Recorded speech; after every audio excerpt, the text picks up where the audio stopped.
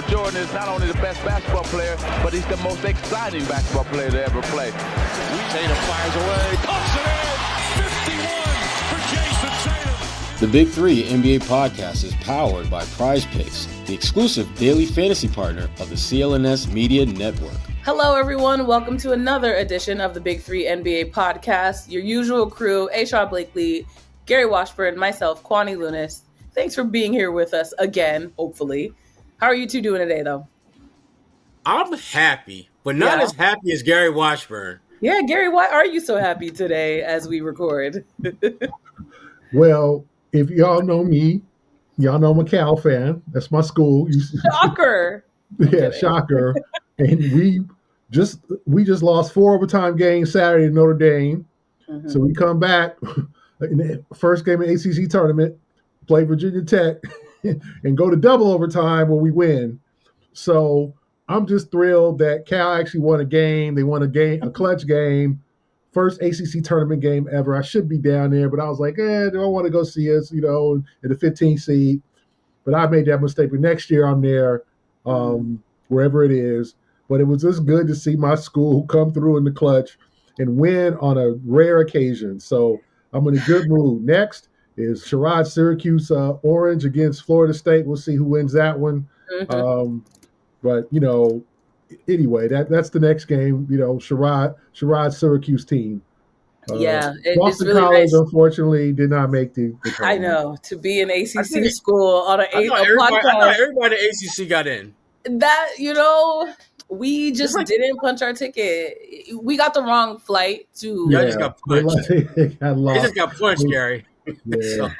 Yeah, they took Southwest and they didn't pay for their bags. Remember, now Southwest is charging for bags now. But you know what's crazy? Southwest doesn't realize that most people flew Southwest because of the free bags.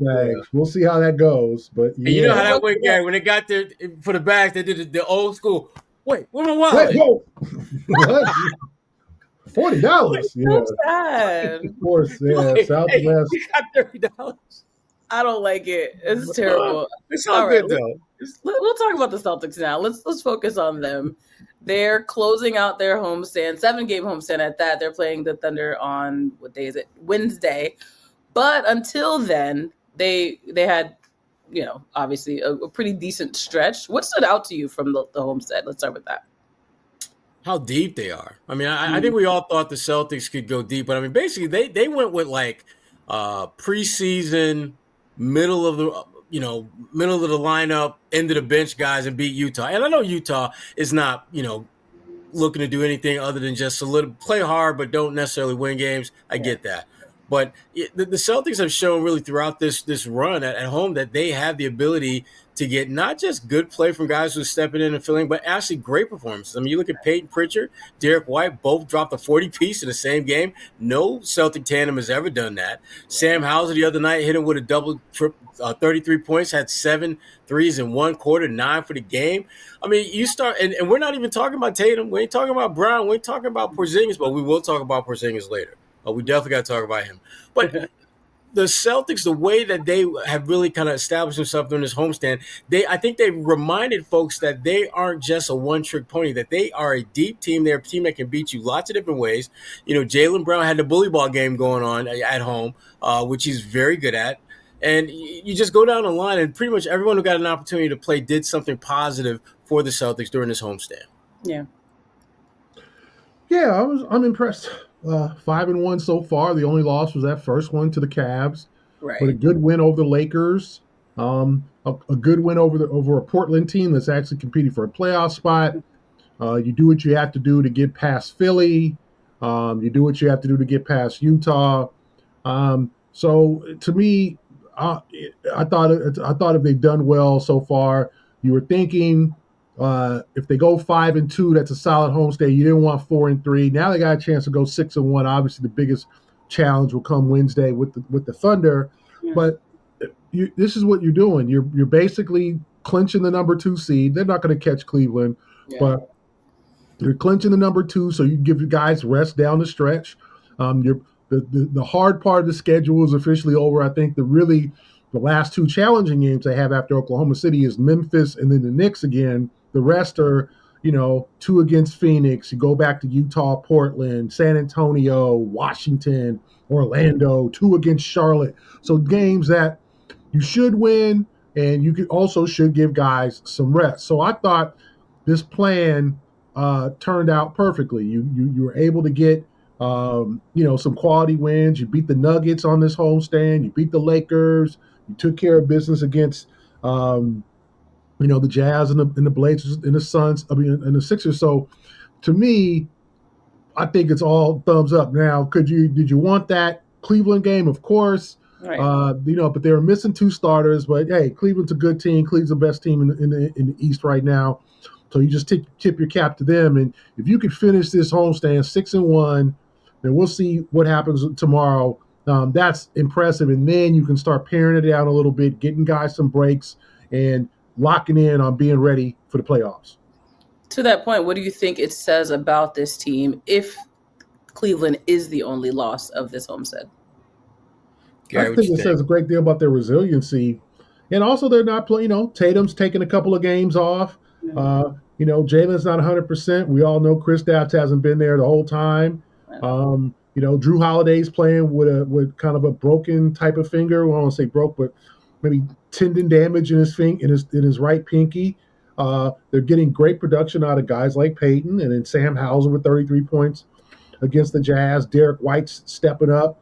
Al Horford's, doing the cocoon thing again, jumping into the pool and going back to 25-year-old Al or Florida Al, which Al you want to refer to, Atlanta Al, whatever. He's playing great ball. So they're getting contributions. Even a guy like Torrey Craig hits a pair of threes against Utah. He's not getting a lot of time, and I think he should play more. And I think they'll give him an opportunity to play more down the stretch. But he's giving them opportunity. He's giving them good minutes. Baylor Shireman, had 15 points the other night, career high. And he's not out there looking lost. That's the one thing you want from a rookie, especially at this part of the season, this advanced part of the season. Go out there and just give us what you can. You don't have to look like, LeBron out there or anything. Just go out there and don't look lost. Look like LeBron, don't look like Bronny. So you got to be careful if you listen to this podcast. I'm about to get confronted. I might have your little Stephen A. Smith. I'm about to get confronted. But just look like respectable play D, hit a shot or 2, and that's what Baylor Shireman has done. So to me, like Sherrod said, it shows their depth, and it's been an impressive stretch.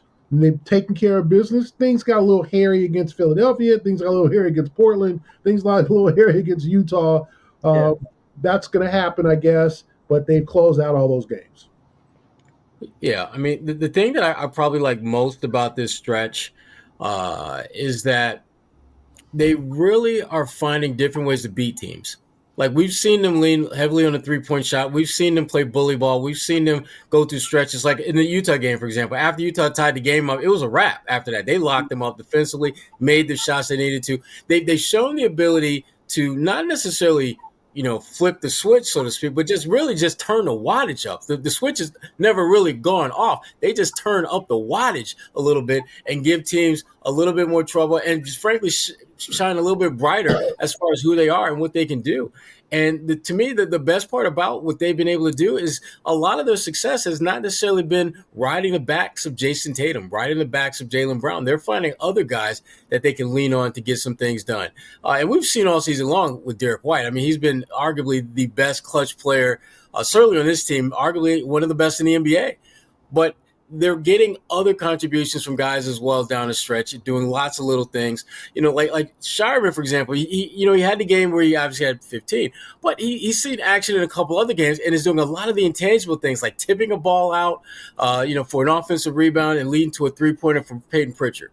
Trying to draw a charge, and granted, he didn't get the call, but still the thinking is there. He didn't execute perfectly, but the thought process clearly indicates he wants to get on the floor and he's willing to do the not so glamorous things to do that. And I think they got a lot of guys who are kind of in that mode. And Gary, you mentioned Torrey Craig. I do believe at some point he's going to win them a game in the playoffs. I think he's not necessarily that good, but he's going to be in position to do that. And I think he's got the skill set to do that. He's one of the few, relatively new guys to the roster who's been in deep playoff runs with other franchises. He knows what the playoffs are about. Now, obviously, he's never been the guy front and center, but he knows how to be one of those behind-the-scenes backup singer types, just give you a little something here. He ain't going to be the star, but he can help you keep things moving, keep things humming along. And that, to me, when you look at this homestand, it's impressive that they've been able to do it with so many different, again, bodies that are stepping up, making plays, and getting the job done. Mm-hmm. We mentioned Jason Tatum quickly. He didn't play in that game, the Utah game, but it's a rarity. He likes playing. He likes being on the floor. He talks about that often, but are you okay with him taking rest in a game like that, or is this something that you two are worried about? Hell yeah, I want him to take rest. I mean, I wish Jason Tatum would take more games off, to be honest with you, because I think he's so important to what they're trying to do in the postseason. And I get it that he like a lot of players, rhythm is a big deal for him. But seeing Jason Tatum sitting over there with popcorn in hand, just smacking away, I absolutely support that look, because against a team like Utah that damn well they ain't trying to put their best foot forward. You should not need Jason Tatum to beat them, and they didn't. So I think the one thing I will say about the Celtics, and I think they've been really, really good about picking when to sit guys and when not to. For the most part, they've been able to bring guys back when they're ready to come back, and not necessarily rush them back. It remains to be seen with Porzingis, and just he played like one game and then he was out. He's missed, I think, 7 games with this illness or something like that, 7 or 8. And that's just we'll talk more about him later. But the Celtics, again, with Tatum out there, they're incredibly, incredibly dominant. Without him, they still can beat most teams. So that, to me, is one of the beauties and luxuries of having a deep roster that has already won a championship, and pretty much everyone you have back from that team is still around. So there's a certain muscle memory that this team has that sets them apart from pretty much everyone else in the NBA. Yeah, I think it's good for him to get some rest.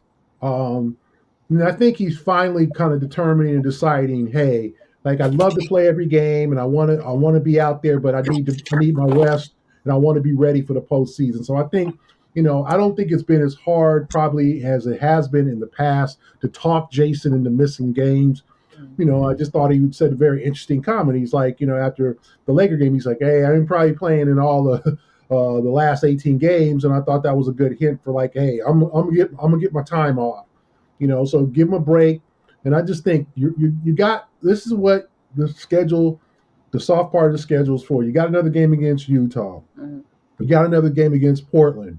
You got Orlando. You got 2 against Charlotte. You got Washington coming up. You got teams. They still had 2 against Phoenix, which I think he'll play in those. He loves playing against KD and those guys. But, you've got opportunity, 2 against Brooklyn. You got opportunities to give Tatum, especially at home. I think he likes to play on the road because, the road fans don't get a chance to see him as much. I tend to think that he'll play those games, but he'll get some breaks at home.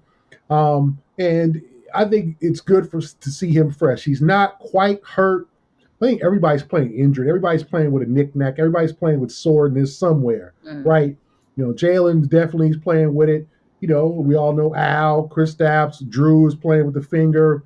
Derek had dental work because he lost his fronts. He was Leon Spinks for a hot minute. And look that up if you don't know that reference, Leon Spinks. But he went to the dentist and got his fronts all aligned and straightened up again. So everybody's playing with some pain. So it's good to get these guys some rest. I think Joe, and I think that's been the transformation in Joe. I know he wants to win 60 games. He wants to come back and he wants to lock it in. But I think you've put yourself in position. You're 5.5 games up on the Knicks with 17 to play. You're not going to, unless you go on some 5, 6, 7 game lose streak, you're not blowing that lead. The Knicks are playing without Jalen Brunson for a while. He's out with the ankle injury. So you've got some grace here. And as long as you can use your depth, like Sherrod said, to pull out some of these victories, to beat some of these teams, Miami and Brooklyn coming up this weekend, use your depth to win those games. I think you're good and ready to go and entering the playoffs as the number 2 seed. And just kind of piggybacking off that real quick, Gary, the thing about Tatum sitting games that I think is kind of lost in the discourse is the fact that it shows Tatum is at a point where he trusts them to not play him. Because often I think the reason that Tatum was pushing back on not playing was because he didn't believe that this team could win without him. And he didn't want to be seen as someone who would, who was all about that load management. Tatum has been one of the more outspoken anti-load management cats in the game. He's trying to earn that check. And it's a bit. Well, one of us knows something about that. Why you got one of the three of us? Yeah, about load management. Interesting. Very interesting. A lot of shade being thrown. So this is what Happy Gary looks like, huh? When it just Cal want to be good for a second, and the playoffs are approaching, Kwani. We want to get you. We want you to be 100% for the postseason run. You can't miss. You can't miss. Did no I not pull up podcast. today? I had a previous engagement today, but I'm here. You're very. And by the way, the person. previous engagement was for the Celtics. So it all ties into the podcast. It all ties into it. You are. It would have been funny if she'd have said it was another podcast because that's Paul George's excuse. Oh my god! Right, podcast getting That's a good point. That's good. No, right. Tatum. Damn, Gary, got me. Okay, Tatum trust. There we go. What? He lost his train of thought. Tatum is showing a level of trust that I just don't think has always been there, and. It's hard if you love the game the way Tatum does. He clearly loves playing the game. It's hard not to play, especially when you know you're capable of playing. So I think he has finally embraced the big picture in Boston, which is winning championships, and his health has a lot to do with that. And he's looking around. He sees the scouting report. He watches some of these teams play. He knows the busters is out there. I mean, he's got his list. He's got a sucker list of teams that he knows that are not that nice that they don't need him for. And so that's why he is just like, Utah? All right, I'll sit. We're cool. Now, you're right, Gary. He ain't sitting for Phoenix. No, I can't see that. But you may sit for one of those, they got Charlotte at home, right? The last two games of the season are at home against Charlotte. There's no Tuesday night in Charlotte. Exactly. He might miss both of those games. No, he won't miss both. He'll miss one of them, though. That'd be fun. He'll miss one. That would actually be nice. And it's technically not in Charlotte, so he doesn't have to eat his words. Exactly. Let's talk about Porzingis, though, because the problem with the internet is that they find a way to make everything hilarious. For the record, this is not hilarious, but I will explain after I tell you. Please do. What's going on, huh? You said they make things hilarious, but this isn't really hilarious. No, it isn't funny, but I'll explain why I said that. But it's funny. But you laugh. No, but it's okay. Let me finish. So on social media, Porzingis posted that the Celtics don't know exactly what kind of virus that he's dealing with. He's missed 7 games so far with an illness. The reason why I bring up the hilarious part is because I read the comments to his post and everyone was like, dang, leave it to Porzingis to have his own virus. Like literally people were just like, how did it not figure out what exactly he's dealing with? Again, it's not funny. It's funny in the sense of like the cleverness of people. But what is your level of concern right now for the fact that he has a virus that doctors can't figure out what it is? Well, it sounds like he's getting better. Okay. Right. Yes. For the record, he was at the game. Better from what? He worked out before the game against the Lakers. He didn't play. So it sounds like they're making progress. Yes. I think the good thing is he's getting the plenty of the rest he needs. Mm-hmm. And also the good thing is he's going to need to play to get back in some shape. True. So when you don't have Tatum or you don't have Brown or you're giving Horford a night off or you're giving even White or Holiday a night off, you can have the luxury of playing Porzingis in some key games down the stretch to get his wind up to make sure he's ready. You don't last year you wanted to put him on bubble wrap to make sure he was ready for the playoffs and he got hurt. So you don't want him to get hurt, but you also know he's played 32 games. I want to say so he's not on he's not on load management. He's got enough. It's like with Sherrod to his kids. You didn't slept enough. I know he said that. Wake up. Wake up. That's good. I know you tired. You slept enough. Get up there and cut the lawn, rake the leaves. When you're there, boy, get up.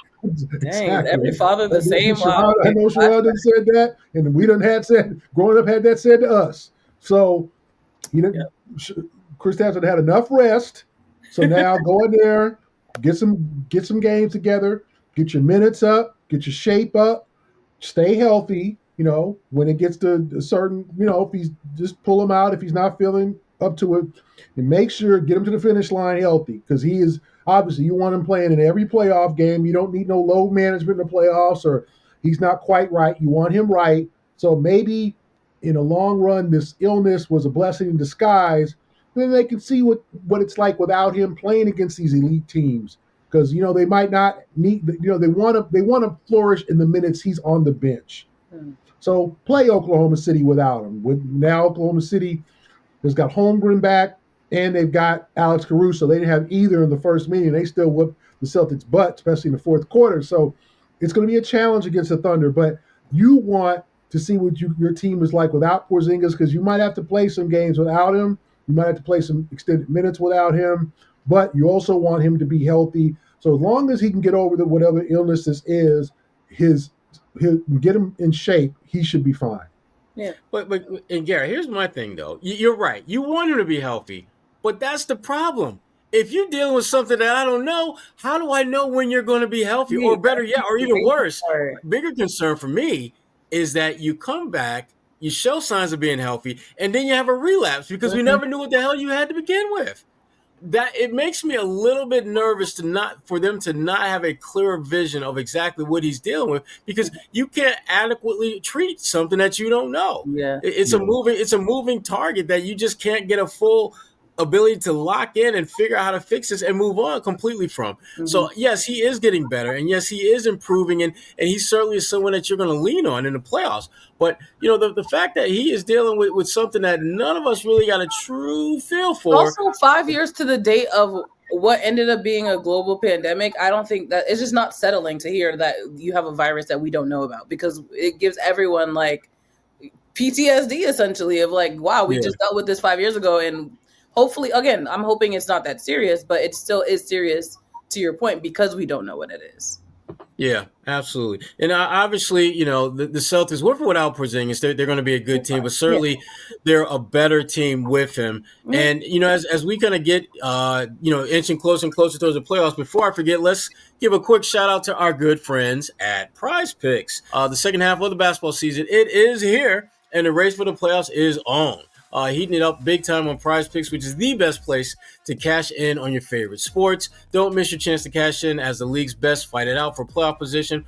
With over 10 million members and billions of dollars in awarded winnings, Prizepicks has made daily fantasy sports accessible to all. You just pick more or less on at least two players for a shot to win up to 1,000 times your cash. Run your game all season long on Prizepicks, which is America's #1 daily fantasy sports app. It's the best place to win cash while watching your favorite players. They also offer weekly promotions that can lead to big payouts like Taco Tuesday. Each Tuesday, Prizepicks discounts select player projections up to 25% to provide even more value for your lineups. They also invented the flex play, which means you can still cash out if your lineup isn't perfect. You can double your money even if one of your picks doesn't hit. So how do you get in? Real simple. Just download the app today and use code CLNS to get $50 instantly after you play your first $5 lineup. That's download the app today and use the code CLNS to get $50 instantly after you play your first $5 lineup. Prizepicks, run your game. Lovely. We mentioned Jason Tatum sitting courtside with some popcorn. So let's talk about something you can actually watch with some popcorn. Celtics City, it's a new docuseries on HBO. Wow, he actually had popcorn that was not planned. Wow, that's actually weird. Hilarious. Why do you have popcorn? Because I love popcorn. Interesting. Y'all act like popcorn is like some exotic fruit. I just don't expect someone to casually have popcorn next to them while they're recording a podcast. I need snacks, like Gary. I need snacks, Gary, because I feel like I'm alone. It's weird. It's strange. All right. Anyway, since you already have your popcorn, what do you think about the new HBO series on the Celtics so far?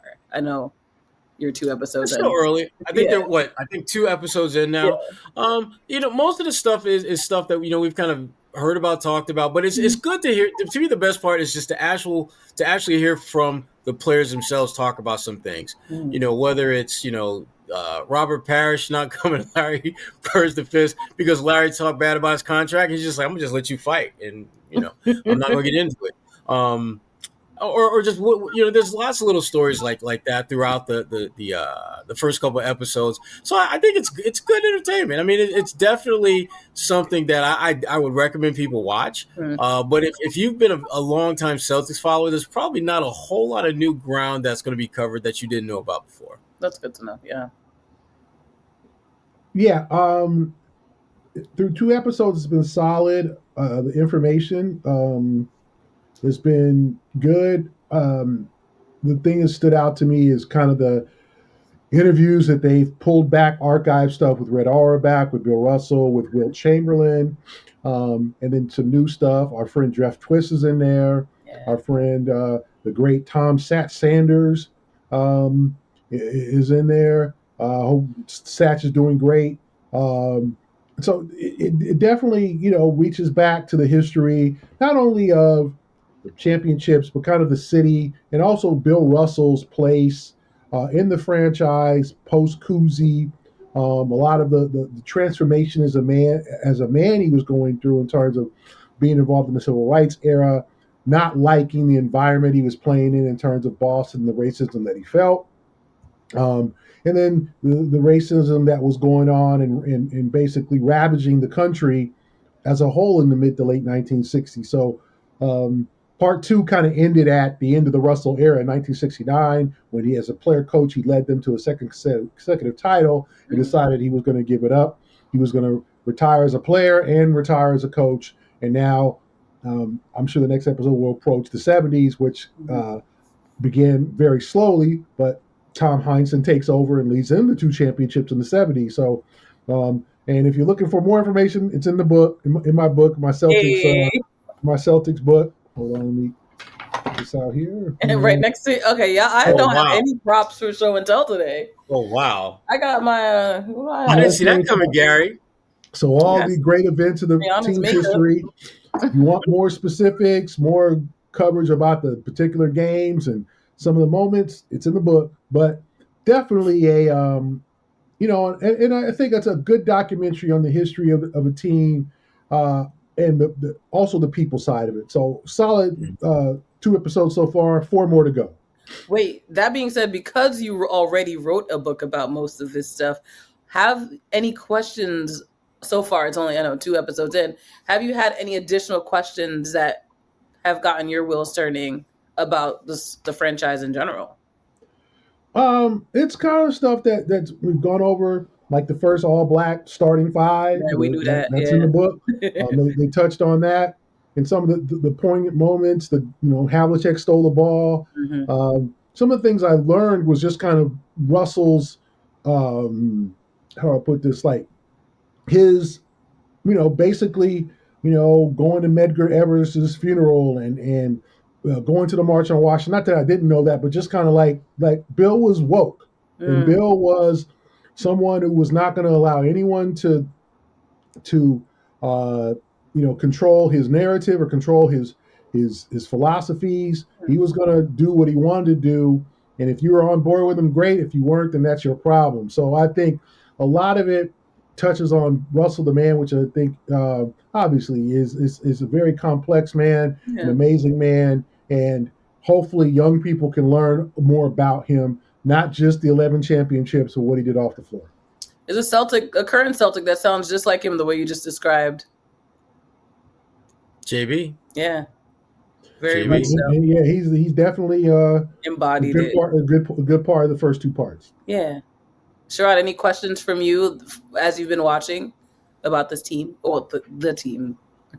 No, I mean, again, a lot. The thing that I like is just the sharing and just the kind of almost like a walk down memory lane with a lot of the stuff that the folks are talking about, things that you kind of knew and you heard about and you've read about and some of what you've written about. Mm-hmm. So that's been really good to see, because I think that one of the things that gets often lost in this day and age is history. and how history has a way of being twisted and contorted in ways that it wasn't meant to be. But unless you hear from the people who lived it, when if you're wondering the dynamics of Robert Parrish and Larry Bird's relationship, hear from Robert Parrish. He'll tell you. If you want to, Jeff Twist and all the different, athletes that he's worked with through the years. If you want to know what that's like, he'll tell it. And so to me, that's the great benefit of something like this. It gives you a firsthand historical POV, if you will, of a period of time where there's amazing history that was being made. And these are the people who were part of that.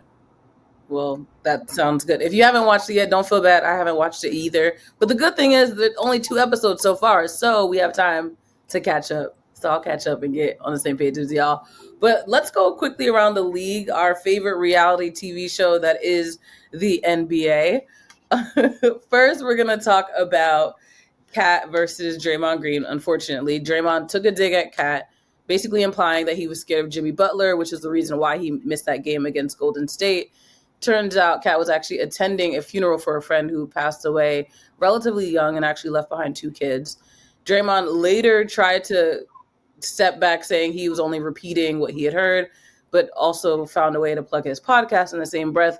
We've talked about Draymond over the years. He, people think he's insensitive. People think he has so many, people have their opinions on who he is in general. But what did you 2 think about this specific incident? And I mean, obviously it sounds like he crossed the line, but should he be criticized for the way he approached it? Absolutely. I mean, here's the thing. It's one thing to make fun of guys. It's one thing to ridicule them and things like that, because that's just part of the NBA. But at some point, when you have the kind of platform that he has, I would ideally like, and I think most people would like you to take some accountability. When you make a mistake, own it. When you do something great, own it. But don't pick and choose when you want to own things when it's great, and then when it's not so great, you pretend as if it didn't happen or it wasn't real. What he said was hurtful to a lot of people. I mean, this man is dealing with the death of someone who was clearly close to him, and you're making fun about some damn basketball game. I think sometimes Draymond, he crosses the line where he doesn't seem to fully understand and embrace the fact that there's basketball smack and then there's reality. And sometimes he crosses that line and is not apologetic at all about it when he should be. It doesn't mean you're weak. It means that you have empathy. And that's the one thing Draymond, he tends to not have as much as he should. And to me, it becomes, whenever I see things like this happen, I think about karma. She gonna find you. She always gonna find you. And when something goes incredibly, horrifically wrong, and you're wondering, why would something like that happen to him? Or why does that happen to the people around him and his team or whatever? Yeah. Karma's like, I tried to tell y'all. Don't mess with me. That's what you get. I'm looking at Gary's face. I can't even say serious. Because I know, because he probably talking about somebody cousin out there named Karma. I know, and it's funny because I really at first I was like, why you telling my cousin Karma? What she got to do with this? She is down the street in her car. Karma coming? Always be coming around when something go wrong. She always be around. Did she text me? Anyway, pulling up to the arena right now. Sherrod's 100% correct. Yeah. And if you're Draymond, sometimes you got to, I get it. Like, there's certain guys in the league you don't like, which is completely fine. I think people are okay with like that. You got enemies in the league: Rudy Gobert, Cat, guys that you consider soft, guys you played against over the years that you've had some incidents against. We all understand that, Draymond. It's okay to be that guy that don't like half the league. That's cool. But when you make a mistake like that and you turn around and call somebody out for basically, he was afraid of Jimmy Butler. Then you find out the circumstances. It's okay to say, man, I take a step back. He said, well, that's what I was told. That's what I heard. Like he kind of sidestepped it. And I just think what makes you an honorable man, regardless is if your people like you or don't like you, is being a man of your word, right? And if people can trust you and be like, hey, that's just Draymond being Draymond, but Draymond owns when he's wrong. I think that's what all you want to ask Draymond, or anybody for that matter, is when you're wrong, just own it. When you're always right, and that's no one's always right. So own, some of your mistakes. And it's a podcast. I know you was talking mess. you wanted to get under Cat's skin. You was like, see, that's why you didn't show up, because you was afraid to go there, play with the big dogs, and you knew Jimmy was gonna punk you in the paint and all that. Like, then you find out why he missed the game, and you're sort of like, well, yeah, well, that's what I was told. I ain't really know, but that's what I was like. No, man, just admit it, and you gain even more respect because you're human and you admit. And that's what men do.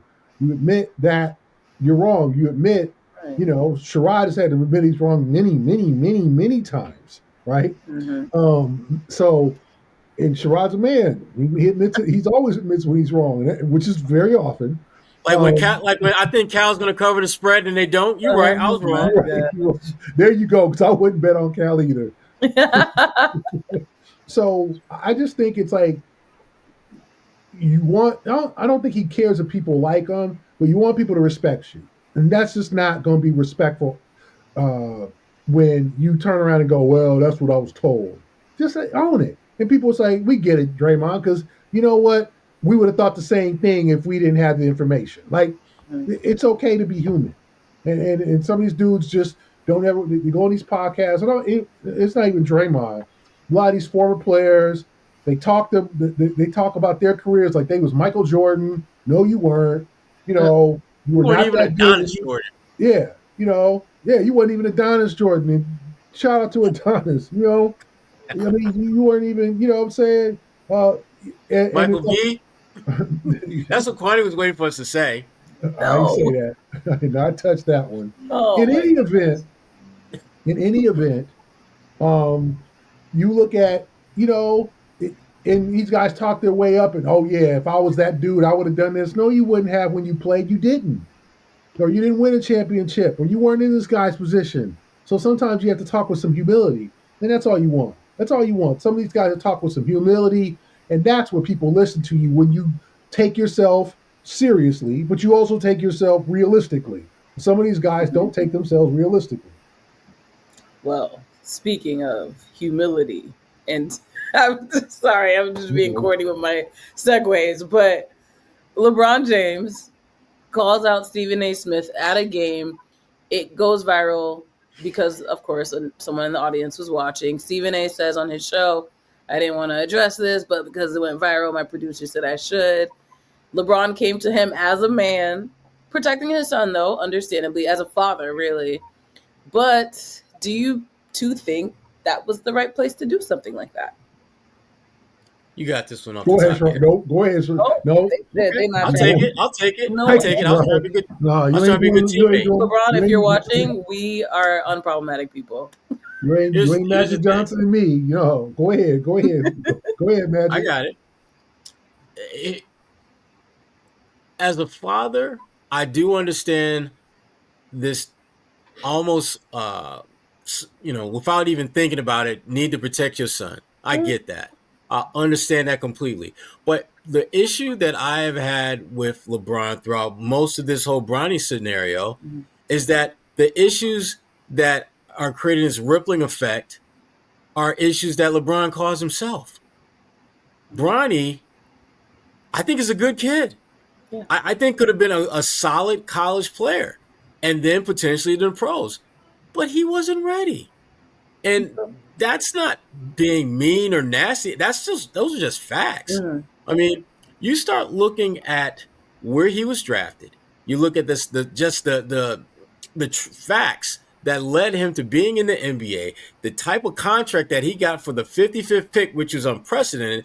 There's so many things that has come to fruition that have made Bronny's journey harder than it should be, even as a 55th pick. He deals with a different kind of pressure that no one that young, no one that late in the draft should have to deal with when they first come to the league. And when you start going through all the different factors that contribute to that being what it is, you come back to one thing and one thing only: LeBron. And that was the thing that bothered me about the Stephen A. thing. That wasn't about defending Bronny. That wasn't about putting Stephen A. in his place. That was about creating a viral moment that would be about LeBron. And that's the issue that I keep coming back to. So when you look at all these different issues that are negatively impacting Bronny, they all come back to one thing and one person, his daddy. Yeah. And that's, as much as I think any father would love if they're doing a job that they absolutely love and are passionate about, you would obviously would want your kids to follow in your footsteps. But just like you had to go through certain things to get to the point where you could compete at that high level, so does your son. I mean, think about this. As great as LeBron is, imagine if LeBron came to the NBA when he was 14.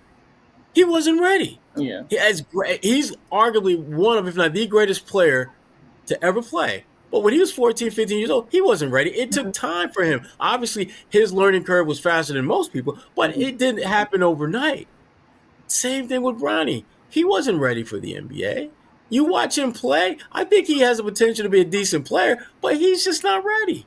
And when you look at all the factors that are contributing to him being in this position where you are basically in a job that you are not built to handle as well as you can potentially be able to handle, it all comes back to his daddy. And so for me, seeing him getting in Stephen A's face is just like, before you start, getting all angry and hot under the collar with everyone around you, start with the man in the mirror. Because he's got a lot to do with this situation and a lot to do with all of the, the not so great comments and thoughts and things around Bronny. Because again, Bronny, he seems like a good kid, but he's in a situation that is just, frankly, there's little to no chance that he's going to be able to come through this unscathed. And for LeBron to get bothered about it, again, this is a scenario that you put in place. The Lakers weren't going to draft your son. They weren't. In fact, no one else was going to draft your son. And it's not because people think he's a bad player. They just don't think he's ready for this league right now. And there's nothing wrong. There's no shame in that. But part of the reason why LeBron wanted his son was to play with his son, which, once again, what does that come back to? Yeah. LeBron. Yeah. So, well said. Yeah, I mean, I can understand LeBron in the sense if Stephen A had said something blasphemous like, that kid should be flipping burgers at McDonald's, or he should, like, if he said something disrespectful about Bronny, I would understand it more. Yeah. But to say that he shouldn't be in a situation where in the first quarter of a game against Philadelphia, he's guarding Tyrese Maxey, an all-star guard who's averaging 27 points a game, and he's not ready for that. Why would you put your son in that situation? I think that was legit. We all wondered that. And we all, I think, in as much as, how do I put this? Like, LeBron wanted to play with his son, and it happened. Was it forced? We can argue whether it was forced, whether it was 2 years too early, whether, LeBron might be like, you know what? I can't call it. If my son plays 2 more years, he might be a lottery pick or a first rounder. The Lakers aren't going to get him. I'll never play with my son. Okay, so you force the issue. You start making, your agent starts telling people don't take Bronny. He's going to play in Australia if you do. Yeah, okay. I saw that, yeah. So you maneuver the system to he's playing for the Lakers. And you get the opening night thing with the Griffies in the audience and all that. That thing, okay. But now you're talking about, whether he's able to play in a league where jobs are very hard to come by. Dudes are fighting for jobs. Dudes are fighting for 10 days, right? Dudes are fighting for guaranteed deals. Like, dudes are fighting for 2-way contracts. I mean, that's the part that's unfair. And you can say, well, that's the way it is. You don't care. I get it. Some people are going to benefit, but you can't get sensitive when people take on the fact of whether he's ready. If I'm Bronny, I might say to myself, or to Bron, like, hey, Dad, I don't want it this way. I don't want it like this. This ain't my time. I'm not ready for this yet. Keep me in the G League. Let me get my reps, okay? I got drafted. I got a number. I've got money. I got everything I wanted. But let me go down there and put in the work, as opposed to sitting on the sideline. Oh, I'm on a real NBA team. Like, it's one of those movies where, like, the kid plays in the major leagues, or like Mike, where little Bow Wow was playing in the NBA. Like, what are we doing here? Yeah. And it's not to say that he's a bad kid. He's not a bad kid. He's a good kid, right? But it's also a situation where, he's got to speak up for himself and defend. He's 20 years old. He got to defend himself too. Yeah. Sometimes, and Sherrod will be able to tell you more than me, you got to let your son go out there and act a fool and fall on his butt and then come back and go, Dad, I should have done what you said. Like, it'd be different if Bronny said, maybe if Bronny approaches Stephen A and goes, hey, man, don't talk about me like that, then I can understand that, right? But it's your son's 20. He grown man. He got a girlfriend. He got his own place. I'm hoping maybe. He got his own money. He making $2 million a year. Who are you defending? Yeah. Your son in high school. So I think it's just unfortunate. And I saw what Stephen A said, and he kind of said he kind of went at Bron. He didn't go at Bronny, but LeBron took it personally. Man, we'll see how this turns out. Like, hopefully it all turns out where we don't have to talk about Bronny anymore because he's making plays on the court. We can all shut up about it. He becomes a productive NBA player, but that could be a couple years from now. Yeah. All right. Well, on that note, that's great. Any final thoughts, words? No, just trying to finish out this regular season and get ready for the playoffs, right, Kwani? It's gonna be good. Yes. No load management. There you go, Kwani. You heard that, Gary? Yep. Yo. Kwani Lunis said no load management. This clip is gonna be used against me in the future. Hey. We would never do something like that. Interesting. I'm gonna clip this one. All right. Well, that's all we have for this week's episode of the Big 3 NBA podcast. I'm going to say it like I've said every week. Please subscribe if you haven't done so already. Tell a friend, share it with a friend. Let us know in the comments if you're on YouTube if you actually shared it. This is a true test of who's listening and who's really engaging. But until next week, for Sherrod Blakely and Gary Washburn, I'm Kwani Lunis. We appreciate you listening.